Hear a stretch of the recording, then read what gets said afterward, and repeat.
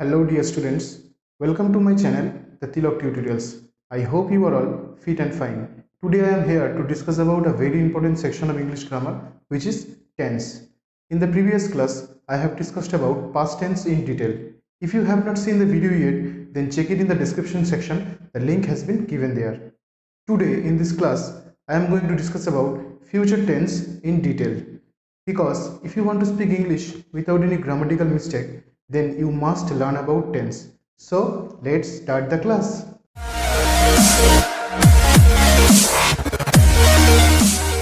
Our today's topic of discussion is future tense. Future tense के बांग्ला की বলা হয় ভবিষ্যৎকাল, ঠিক আছে। এবং এই ফিউচার টেন্সকে চার ভাগে ভাগ করা যায়।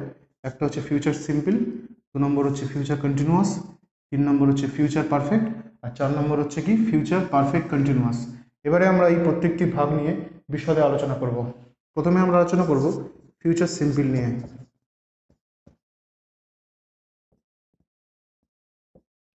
এই ফিউচার সিম্পল টেন্স আমরা কখন ব্যবহার করি? অর্থাৎ ভবিষ্যতে কোনো কাজ হবে বা ঘটবে এরকম বোঝাতে আমরা ফিউচার সিম্পল টেন্স ব্যবহার করি। যেমন এর ফরম্যাটটা হচ্ছে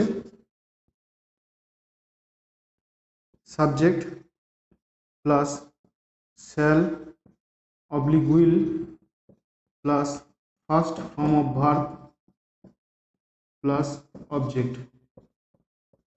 ফিউচার সিম্পল টেন্সের ফরম্যাটটা হচ্ছে subject plus shall oblique will plus first form of verb plus object. এখন আমরা কোন কোন ক্ষেত্রে শ্যাল এবং কোন কোন ক্ষেত্রে উইল বসাবো সে বিষয় নিয়ে আলোচনা করব। যেমন এখানে singular, plural, first person, second person, third person.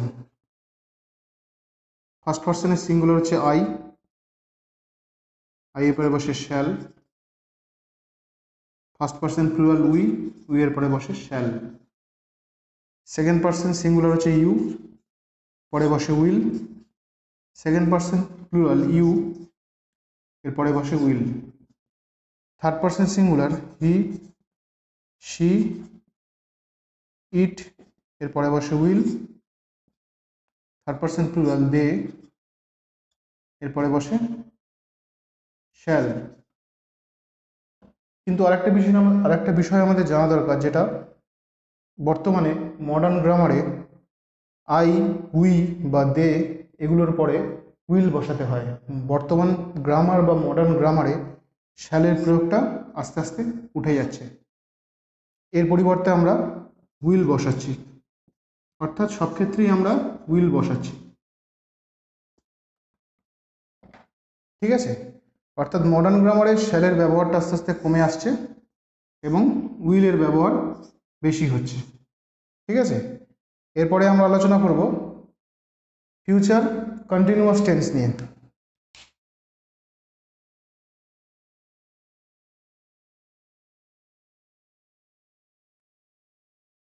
এখন আমরা আলোচনা করব ফিউচার কন্টিনিউয়াস টেন্স নিয়ে।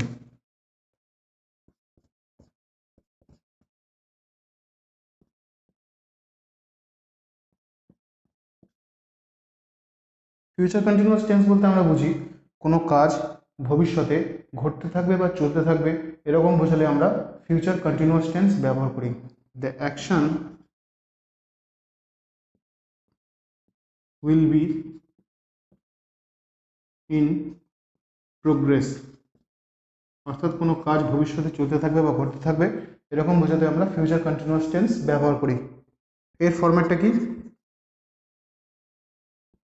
Subject plus shall oblique will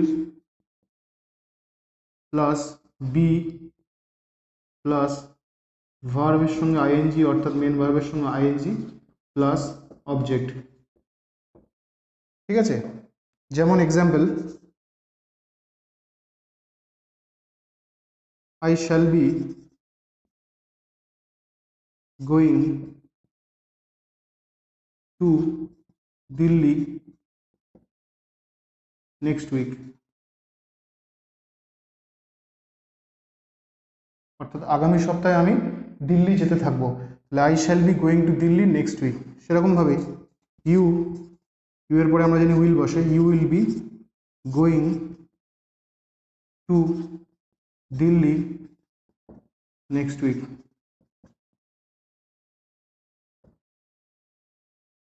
Rohit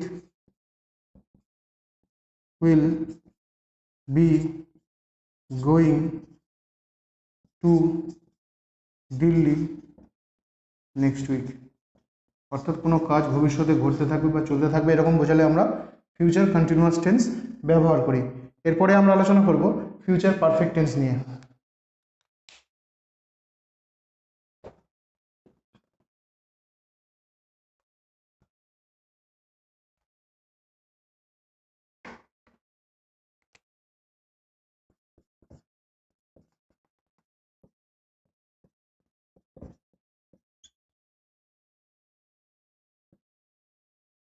এখন আমরা আলোচনা করব ফিউচার পারফেক্ট টেন্স নিয়ে। ফিউচার পারফেক্ট টেন্স আমরা কখন বসাই বা কখন ব্যবহার করি, অর্থাৎ ভবিষ্যতে কোনো কাজ কোনো নির্দিষ্ট সময়ের মধ্যে শেষ হয়ে যাবে বা সম্পূর্ণ হয়ে যাবে এরকম বোঝাতে আমরা ফিউচার পারফেক্ট টেন্স ব্যবহার করি। যেমন এর ফরম্যাটটা কি,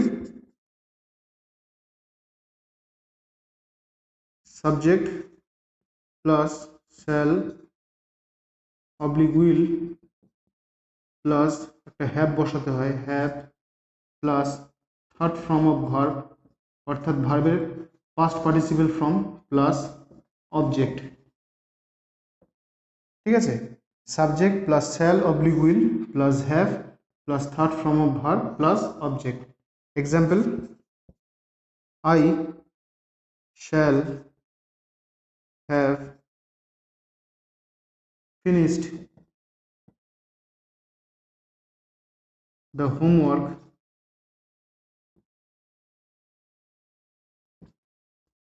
by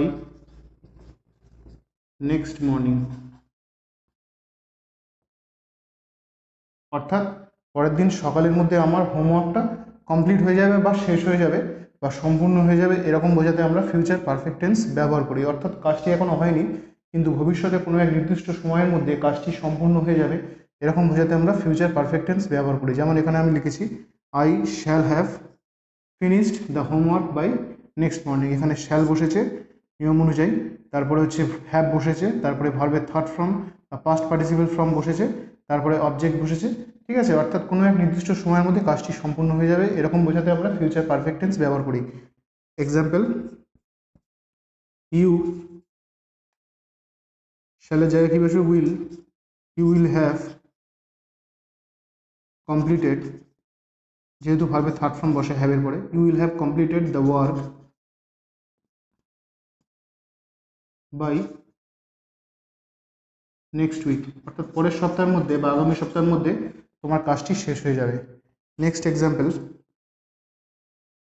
Ram will have completed his task, Ram will have completed his task by next month। Ram will have completed his task by next month, অর্থাৎ পরের মাসের মধ্যে বা আগামী মাসের মধ্যে রামের কাজটি সম্পূর্ণ হয়ে যাবে এরকম বোঝাতে আমরা ফিউচার পারফেক্ট টেন্স ব্যবহার করি। এরপরে আমরা আলোচনা করব ফিউচার পারফেক্ট কন্টিনিউয়াস টেন্স নিয়ে।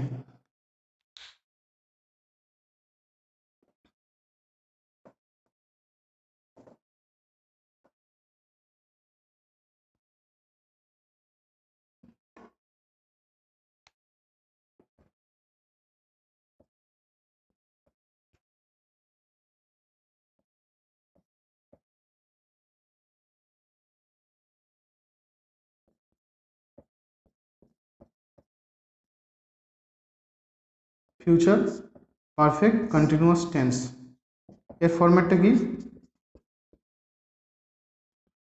Subject subject plus shall oblique will plus have plus bin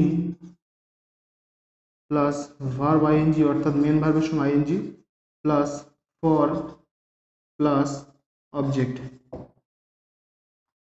future perfect continuous টেন্সের ফরম্যাটটা হচ্ছে subject plus shall will plus have plus been plus ভার্বের সঙ্গে ING plus for plus object.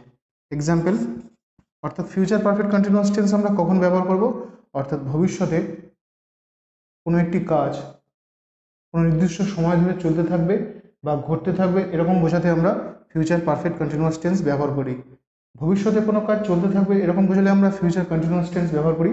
কিন্তু ভবিষ্যতে কোনো এক কাজ কোনো নির্দিষ্ট সময় ধরে চলতে থাকবে বা ঘটতে থাকবে এরকম বোঝালে আমরা ফিউচার পারফেক্ট কন্টিনিউয়াস টেন্স ব্যবহার করি। যেমন in November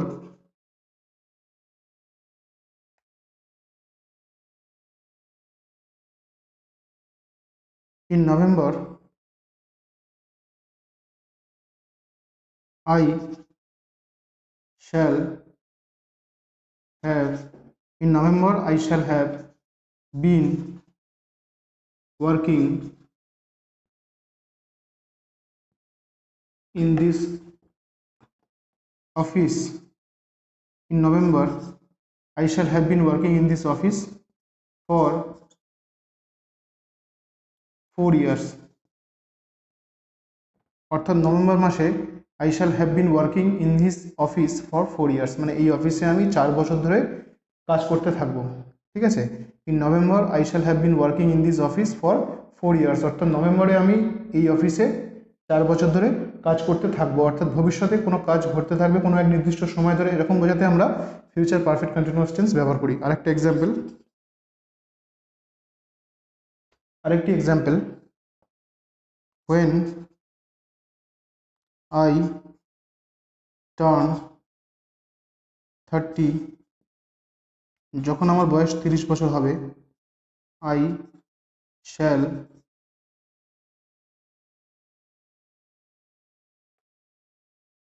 have been playing when I turn 30 I shall have been playing guitar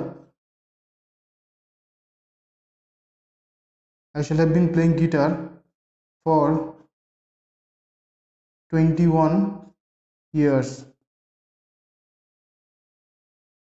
When I turn 30 I shall have been playing guitar for 21 years. যখন আমার বয়স 30 হবে আমি 21 বছর ধরে পিয়ানো নয়, এখানে গিটার, যখন আমার বয়স 30 বছর হবে তখন আমি 21 বছর ধরে গিটার বাজাতে থাকবো। তাহলে ভবিষ্যতে কোনো কাজ কোনো এক নির্দিষ্ট সময় ধরে চলতে থাকবে বা করতে থাকবে এরকম বোঝালে আমরা ফিউচার পারফেক্ট কন্টিনিউয়াস টেন্স ব্যবহার করি। ঠিক আছে, so in this class I have discussed about future tense in detail, and if you like this class, please subscribe my channel and do share with your friends. Thank you very much for watching.